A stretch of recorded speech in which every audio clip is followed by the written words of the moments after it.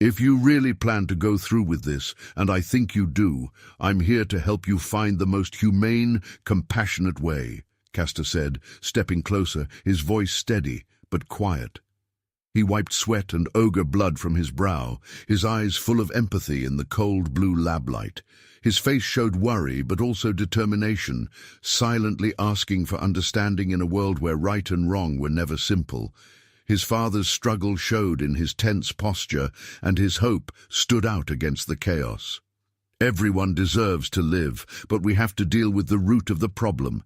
If we don't, those roots will lead to disaster, Mr. Abgel said, his voice steady but sad. He looked at the glowing exowombs, each showing the faint shape of a developing cambion, each one a possible threat. If things were different, maybe the outcome would be too. But I see Atasaya's vision. These aren't just products. They're part of his will. If they wake up, they could destroy humanity. He paused, clearly weighed down by the decision. Thinking about that future haunts me. I couldn't live with myself if I made the wrong choice, he finished, his face set in grim determination and sorrow. Tension filled the lab. The harsh white lights made the steel tables, glass tanks, and ogre bodies look even more unreal. Mr. Abgel reached for the thick black cable running from the wall to the exowomb's power supply, his hand shaking as he grabbed the plug. He moved slowly, each action heavy with the weight of his decision. The twins watched in silence, their wide eyes showing how serious the moment was. Mr. Abgel pulled the plug free with a firm motion. The blue light from the artificial wombs flickered, faded, and went out, leaving that part of the lab in shadow. The constant hum of monitors stopped, replaced by a profound silence. The sudden darkness was a clear reminder of what was lost and what was saved. In that moment, the growth of 500 Cambion fetuses ended, and a heavy finality filled the lab, broken only by the distant drip of water and the rough breathing of those who remained. Mr. Abgel's heart raced as he left the lab's cold gloom, his breath visible in the chilly hallway. The rush of battle faded, replaced by doubt and relief. He wiped blood from his cheek, pulled out his phone with shaking hands, and called Dr. Wolf. Each ring felt urgent. When Dr. Wolf answered, Mr. Abgel spoke quickly, his words heavy with what had just happened. "My work at Neptune Medical Center is finished," he said, his voice steady but flat. "I found the source of the problem and took care of it. Send your family my regards." He hung up before Dr. Wolf could reply. Castor, standing nearby, started to speak but stopped.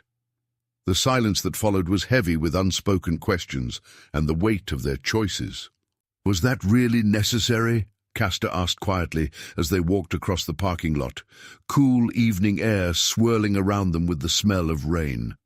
The hospital lights shone behind them, casting long shadows on the cracked asphalt. Castor's question lingered, his usual steady gaze now uncertain. "Absolutely. Sometimes we need closure. Dr. Wolf needed it, and so did I," Mr. Abgel said, his voice gentle but firm. He opened the hearse door, its hinges creaking, and got into the back seat, letting out a shaky breath as he tried to calm himself. Though he looked calm, emotion still churned inside, but duty kept him moving. As the engine started, Pollux, sitting up front, turned with a worried look. "Is everyone okay?" he asked, his voice soft but urgent, showing how much he cared about his family. "We'll be better when we get home," Castor said, trying to smile at his brother. "Papa wants to examine Atasaya for research, of course." His voice was steady, but his hands shook as he held the seat. Pollux nodded and pressed the gas. The tires squealed, and the hearse sped down the empty road, headlights cutting through the night as the medical center faded behind them. When the hearse finally rolled to a stop beneath a sky bruised with thunder, the Abgels flowed from the vehicle like a single, shadow-cast organism. They shepherded Atasaya's corpse, a monstrous relic, fur clotted with gore and jaws frozen in a rictus of defiance, down the funeral home's winding arteries.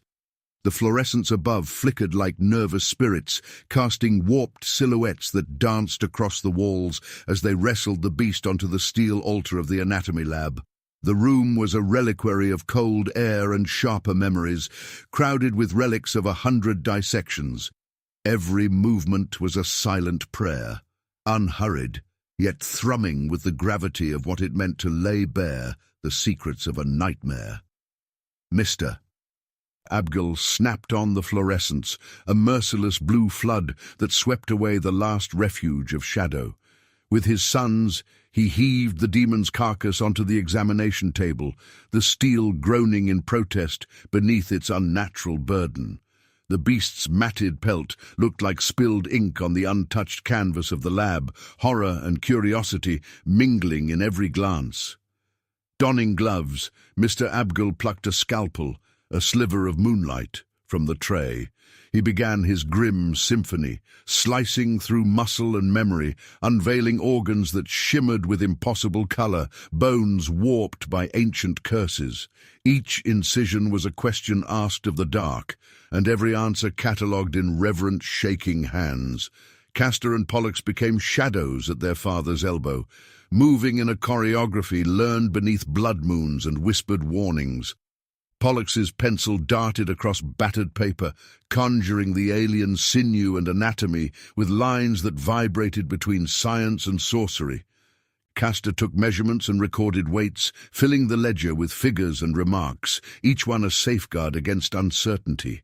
Silence wrapped them, broken only by the ghostly rasp of graphite, the metallic whisper of calipers, and the sharp inhale as they cracked open an anatomical riddle. Curiosity hung thick as incense, a hunger to map every secret of this shape-shifting enigma. "You two have worked wonders tonight," Mr. Abgel murmured, his voice a rare ember of warmth in the chill lab as he sifted through notes and sketches.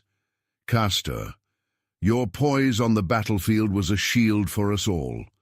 Pollux, your eye caught truths most would miss. I could not have unraveled this darkness without you." He managed a weary, luminous smile, then lifted a hand in gentle dismissal. "Rest now. Let me face the aftermath. You've walked far enough into the dark for one night."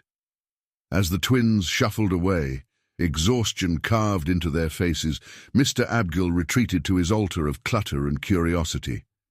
In the glare of his gooseneck lamp, a petri dish gleamed. Inside, tissue and blood from Atasaya, twitching faintly as if still dreaming nightmares. He bent close, breath fogging the lens, heart drumming with anticipation. Around him sprawled a chaos of diagrams and notes, some parchment yellowed, others still bleeding ink, each a puzzle piece in his lifelong map of the demon realm. The allure of the shapeshifter called to him, a siren's riddle. He lost himself in the minutiae, chasing secrets through the night as midnight ran thin and dawn pressed its fingers against the windowsill.